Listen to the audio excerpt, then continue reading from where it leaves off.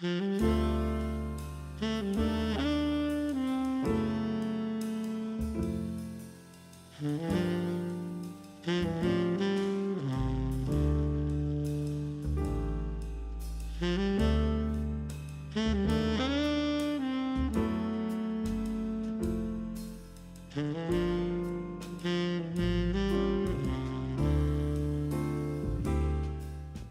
difícil luchar contra cualquier organización criminal. Si esa organización es terrorista, es muy difícil. Si esas organizaciones son organizaciones internacionales, también mucho más. Pero, sin lugar a dudas, es más difícil cuando te enfrentas no solamente a hechos delictivos, como sin duda son, desde mi punto de vista, los crímenes de la época franquista, los crímenes que desde la Guerra Civil en adelante se acontecen, y en el marco de la investigación que yo adelantaba hasta el año 1951, se extendían a lo que en derecho se conoce como desaparición forzada de personas, aparte de asesinatos, de ejecuciones extrajudiciales, torturas, etc. La desaparición forzada de personas viene a ser una forma de detención ilegal sin que, a partir del momento en el que se produce esa detención, ese apresamiento, se vuelva a tener noticia de la víctima, ni si resultó muerta, dónde se la enterró, dónde está, aunque obviamente por el paso del tiempo pues las posibilidades o expectativas de vida van disminuyendo. Pero la jurisprudencia internacional y la legislación internacional protege especialmente el fenómeno de la desaparición forzada de personas y insiste en que, a pesar del tiempo que haya transcurrido, si no se ha dado una explicación cierta, verosímil, de dónde están esas víctimas o las claves para poder encontrarlas, para que las víctimas, los familiares de esas víctimas se resarzan en la memoria encontrando a sus seres queridos, el delito se sigue cometiendo. Y eso es lo que no se acepta normalmente en ningún país, y hemos tenido los ejemplos de Chile, de Argentina, de Guatemala, de Perú, de muchos otros, en África, en Asia. Y es lo que ha sucedido en España. En España tenemos un problema, tenemos muchos problemas, pero hay un problema de que, por una razón que yo conozco, pero que se me escapa, hay una parte todavía de la sociedad española que, apoyándose en que existe una falsa reconciliación, no quiere abordar los hechos que acontecieron durante una época muy larga en España. Y lo hacen pretextando de que hubo una transición, de que ya no hay nada que descubrir, porque dicen la gran parte o la mayoría de los responsables están muertos, que es reabrir viejas historias que todo el mundo ha olvidado. Y lo que sucede es que a veces esas historias ni siquiera han sido contadas.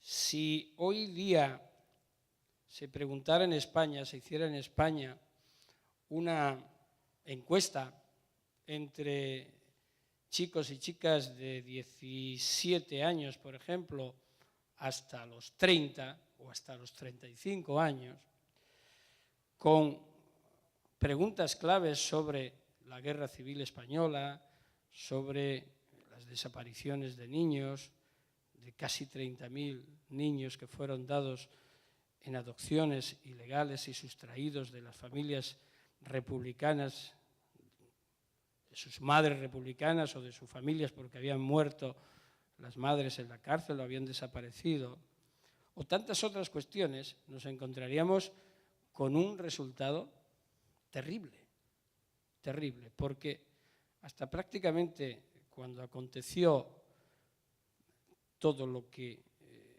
ha determinado que yo me encuentre actualmente suspendido, de esta historia no se hablaba, no se sabía nada. En España no ha habido en los institutos ni en las universidades nada, una parcela de enseñanza de esa historia. Yo tuve que aprender a golpe de timón lo que de la guerra civil se podía conocer durante el franquismo. Cuando muere Franco en el año 75, pues yo tengo 20 años, pero es que después tampoco.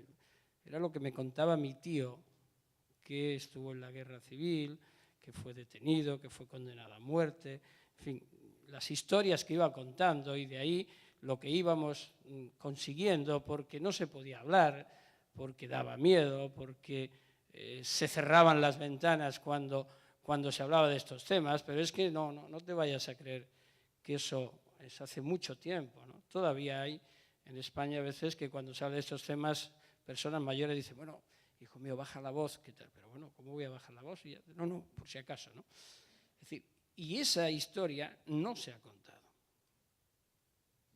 Y quienes más están interesados en que no haya una visión más exacta, más correcta de la historia, son esos grupúsculos, que realmente no representan a nadie, o sí representan a ese sector ultramontano que todavía piensa que las cosas deben de ser de una forma diferente a como son.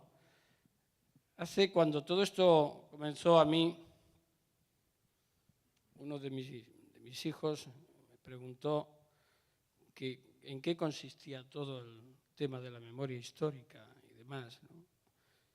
Y en definitiva vino a decir, dice, bueno, se trata de que los familiares recuperen a sus hijos o que se sepan dónde están y que se puedan enterrar dignamente. Digo, sí, bueno, más o menos, por no darle un argumentario demasiado largo, le dije, eso es. Dice, bueno, entonces, ¿cuál es el problema, no?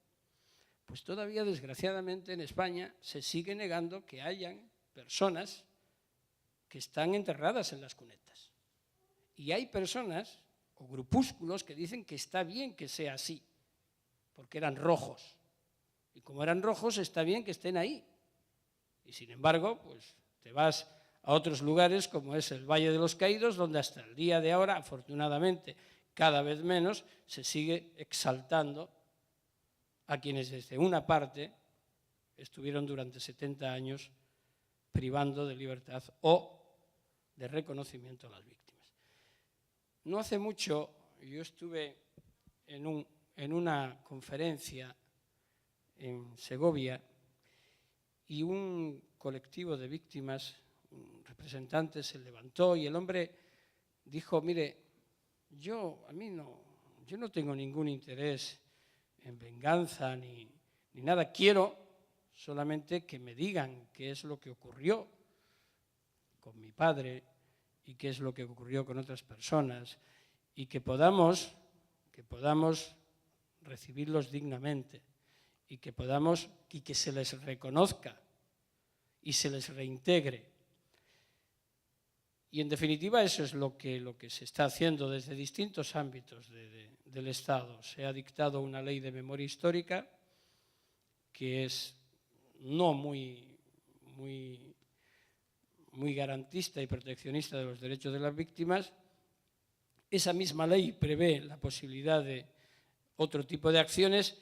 Es lo que ocurrió en el caso del franquismo. Las asociaciones de víctimas presentaron unas denuncias en la Audiencia Nacional, me correspondieron a mí, inicié la investigación, interpreté la ley como creía que la tenía que interpretar al amparo de las normas españolas e internacionales. Otros jueces mayoritariamente decidieron que no era correcto, pero hubo algunos que discreparon. Posteriormente ha seguido habiendo jueces que piensan lo mismo que yo y dos grupos de extrema derecha y uno que ya participó también, pero que era un auténtico sarcasmo, que era Falange, cuando aparecía como uno de los responsables máximos de todas las tropelías de esa época de España, pues acusaran al juez que había iniciado la investigación de que esa investigación podía ser un delito de prevaricación.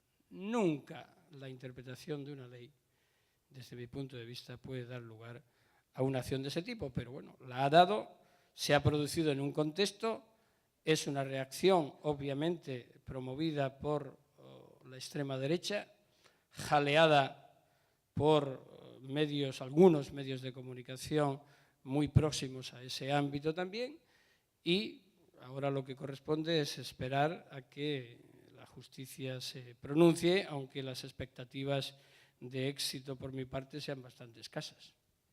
Bueno, el cine, como la justicia, como todas las actividades, la hacen seres humanos, ¿no? Y eso quiere decir que habrá unos que interpretan la historia de una forma y otros de otra, y que harán un planteamiento más militante o menos militante. Yo creo que el movimiento de actores, al menos en España y fuera de España también, se produjo de una forma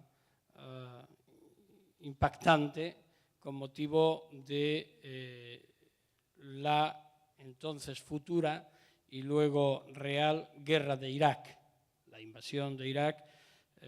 Lo que parecía que iba a ser una certeza y que lo fue, movilizó a millones de personas.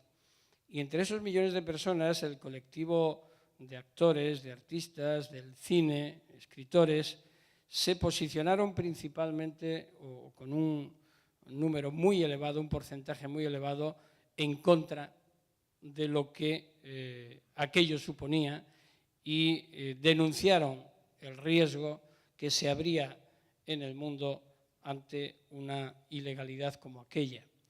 Después, es verdad que han estado muy comprometidos en los temas de justicia universal. Y eso es muy bueno, pero además es que es lógico que sea así. ¿Por qué? Porque los colectivos relacionados con el cine, con el arte, siempre son o deben de ser vanguardistas, deben de ser comprometidos, luchando. Y lo han sido así en todos los países.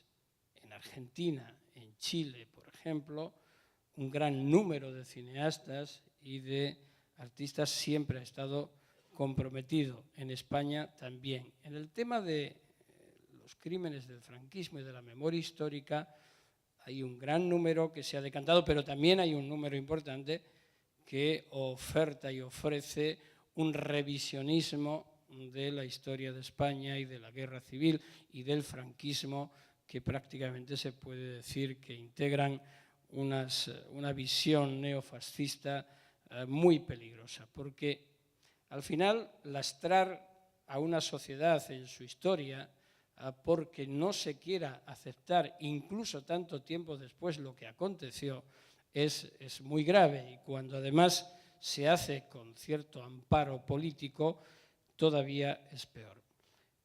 En España falta, tú has hablado de la transición española siempre se ha puesto como un ejemplo, como un modelo de transición, y probablemente lo ha sido, pero también la transición española estuvo plagada de ausencias y la justicia fue una de ellas.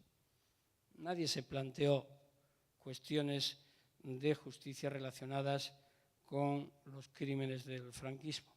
Nadie, incluso los que ahora dicen, bueno, es que la ley de amnistía se dictó. La ley de amnistía se aprobó precisamente para proteger a aquellos que habían sido perseguidos por el franquismo, por el Tribunal de Orden Público, en juicios políticos, etc. Pero en ningún momento se pensó que la ley de amnistía iba dirigida a crímenes contra la humanidad. Primero porque no podía. Es que ninguna ley de amnistía puede hacerlo, ninguna ley. Lo prohíbe la propia esencia de la Declaración Universal de Derechos Humanos y toda la evolución que viene en el derecho penal internacional desde Nuremberg y bastante tiempo antes. Ahora estamos viendo los ejemplos. El último, en Uruguay, la Corte Suprema ha declarado la nulidad de la ley de caducidad en una serie de casos que se le habían sometido. La ley de caducidad es una ley de impunidad, es una ley de amnistía. La Corte Interamericana de Derechos Humanos tiene que decidir este mes, a final de este mes, qué ocurre con la ley de amnistía de Brasil, que ha sido cuestionada, ha sido amparada por el Tribunal Supremo de Brasil, pero tiene que ser, creo que el día 24 de este mes, valorada en esa instancia de la Corte Interamericana de Derechos Humanos. Y muy previsiblemente, siguiendo la doctrina de esta Corte, va a ser también contraria a la decisión de la Corte Suprema en Brasil. Entonces decía que la transición tuvo olvidos más o menos conscientes. En el ámbito de la amnistía, primero la ley de amnistía de octubre del 77 tuvo un precedente inmediato que fue el decreto ley de amnistía de julio del 76. Y en agosto de ese año, el fiscal del Reino, el que hoy sería fiscal general del Estado, en una instrucción que remite a los fiscales de cómo se tiene que interpretar el decreto ley de amnistía, dice exactamente, expresamente, que esta ley no se aplicará a crímenes atroces. Los crímenes atroces son los crímenes contra la humanidad. Es decir, en los propios precedentes está establecido así. Pero es que, en segundo lugar, la interpretación que en mi caso hago de la ley de amnistía es la de que no es aplicable la ley de amnistía, pero porque los crímenes se siguen cometiendo antes y después, y porque iría en contra de la legislación internacional. Es la primera vez que se hace una interpretación de la ley de amnistía aplicado a este tipo de crímenes. Por tanto, la primera vez es imposible que sea equivocada. Es decir, podrá ser equivocada después, pero cuando se hace esa interpretación, si es la primera, no hay con cuál compararla. Entonces, en la transición hubo algo que es curioso y es típico de los españoles, que somos así, porque nos hicieron así, o no sé bien por qué. Nosotros lo único que queríamos en la transición es ser más europeos que Europa, entrar cuanto antes en Europa, era el objetivo, porque era la modernidad, era el ejemplo que teníamos que dar. Y entonces el pasado como que ya estaba pasado y no le interesaba a nadie. Y es que realmente no se discutió nada del pasado. No es que se superara, es que no entró en la discusión. Si tú vas a los debates parlamentarios de la época, no hay ni una referencia, porque nadie se planteó en ese momento que pudiera existir una posibilidad de después hacer lo que aconteció. Otra cuestión, otro aspecto importante es que la justicia en España no fue objeto de debate en la transición. El mismo Poder Judicial que estaba actuando durante toda la época anterior de aplicar estas leyes pasó a aplicar las otras leyes. Es decir, no hubo ni una depuración, ni una reflexión, no. Tenemos la ley que rige el Tribunal Supremo, sigue siendo la de 1944, sustancialmente. La ley de amnistía es una ley preconstitucional. Por tanto, hubo un cúmulo de circunstancias que, por otra parte, pues es lógico que en ese momento en el que la evolución de España y la transición comportaba un riesgo evidente de confrontación, como se comprobó con los intentos de golpe de Estado y principalmente el de 23 de febrero de 1981. Pero transcurrido ese tiempo, y sobre todo cuando las víctimas solicitan que esa investigación se haga, es decir, están pidiendo la restitución que les corresponde en derecho, Desde mi punto de vista, el Estado no puede volver la cara. Y esto es una cuestión de Estado. Yo creo que ha transcurrido el tiempo suficiente para que aquellos que ideológicamente estuvieron posicionados en un bando determinado y aquellos otros que lo estuvieron en otro, no tiene razón de ser que consideren que esto es una continuación de la protección. Aquí lo que tenemos son, según los dictámenes periciales, entre 132.000 y 152.000 víctimas desaparecidas en el periodo objeto de investigación. Y a eso hay que darle una respuesta, y con esconder la cabeza debajo del ala o decir no, que se busquen la vida a las víctimas, que vamos a dar subvenciones. Esto no es las asociaciones de memoria histórica, que tienen un valor impresionante porque son aguerridas, porque están luchando con muy escasos medios y demás. Hay veces que sus representantes más paradigmáticos están en 90 y tantos años, y ¿qué van a hacer? ¿Van a ir de ministerio en ministerio pidiendo una subvención para hacer una excavación? No, afortunadamente ya, no sé si se plasmará en esta legislatura o no, pero hubo un acuerdo, una proposición no de ley, de que el Estado asumiría ya los gastos de esas exhumaciones, pero hasta la fecha no ha sido así.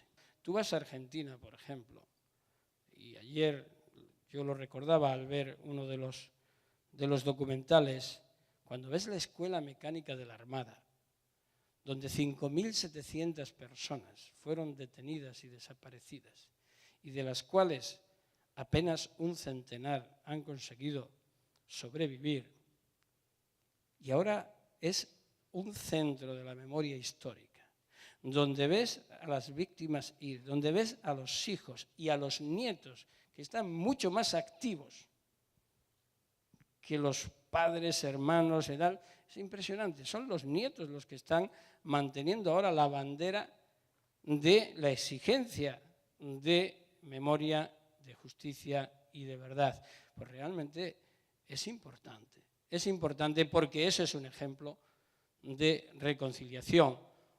Muchas veces se pone como ejemplo, y vosotros lo sabéis, a Sudáfrica. Se dice, bueno, Sudáfrica no llevó a cabo actos de enjuiciamiento, no hubo responsabilidad penal, hubo una reconciliación. Sí, hubo una reconciliación porque había un Mandela. Y un Mandela es un Mandela, desafortunadamente. Ojalá que hubiera muchos más Mandelas en cada uno de los países donde estos hechos acontecen. Hubo un acuerdo nacional, que en los demás países no ha existido. Pero además hubo un reconocimiento y pasaron por las comisiones cada uno de los represores y de los autores, y tuvieron que confesar los crímenes delante de las víctimas, pedir perdón a las víctimas, y aquel que no lo hacía fue sometido a juicio y encarcelado. Es decir, esa es la realidad que aconteció en Sudáfrica, y esa es la realidad que no ha acontecido en ningún otro país. Por tanto, es una decisión política, por supuesto, la de afrontar esos hechos del pasado, que erróneamente, a lo que muchos piensan, no están en el pasado, están muy presentes. No reconocer lo que ha sucedido o reconocerlo sesgadamente nos conduce a que antes o después puede ocurrir la misma historia. Y si no se hace, pues antes o después va a acontecer. Pero, insisto, tiene que ser una decisión de Estado. Y a partir de ahí son posibles todas las opciones. Yo no digo que la justicia y la justicia penal sea la idónea. No, nunca lo he dicho y nunca lo diré. Es más, la justicia penal siempre es el último reducto. Pero, obviamente, si no hay otras alternativas, sí que se tiene que permitir a las víctimas esa posibilidad. Y en todo esto, y esto lo enlazo con lo que hoy nos reúne aquí, han tenido un papel importantísimo los medios de comunicación y sobre todo aquellas personas que han dedicado su vida a recuperar imágenes, a recuperar datos, documentos sonoros, visuales, para mostrar al mundo lo que ha ido sucediendo en esos países. Por ejemplo, la película de Patricio Guzmán, La batalla de Chile, en sus distintas ampliaciones, te demuestra y te da una idea absolutamente aproximada de lo que allí sucedió. Un documental que hizo Ariel Dorman, por ejemplo, y otros muchos que se han hecho así, te reflejan esa realidad y te traen a la memoria lo que aparentemente estaba olvidado. Y eso contribuye a tener presente la sensación de actualidad. Para construir el futuro, decía Isaías Berlin que no se puede construir el futuro, lo decía referente a la Segunda Guerra Mundial, sobre millones de cadáveres si no hay una respuesta después a lo que aconteció. Y ahora se está viviendo en Alemania una situación muy interesante que no sé cómo se desarrollará, pero lo cierto es que ahora ya en Alemania se están empezando a preguntar qué ocurrió con todos aquellos ciudadanos y ciudadanas que no hicieron nada para evitar lo que aquí aconteció. Y ese es un tema importante y yo creo que al final es en lo que tenemos todos que reflexionar. ¿Qué se hizo durante tanto tiempo para que lo que se tenía que haber resuelto hace mucho todavía esté abierto, ¿no? Y esa reflexión en España está pendiente.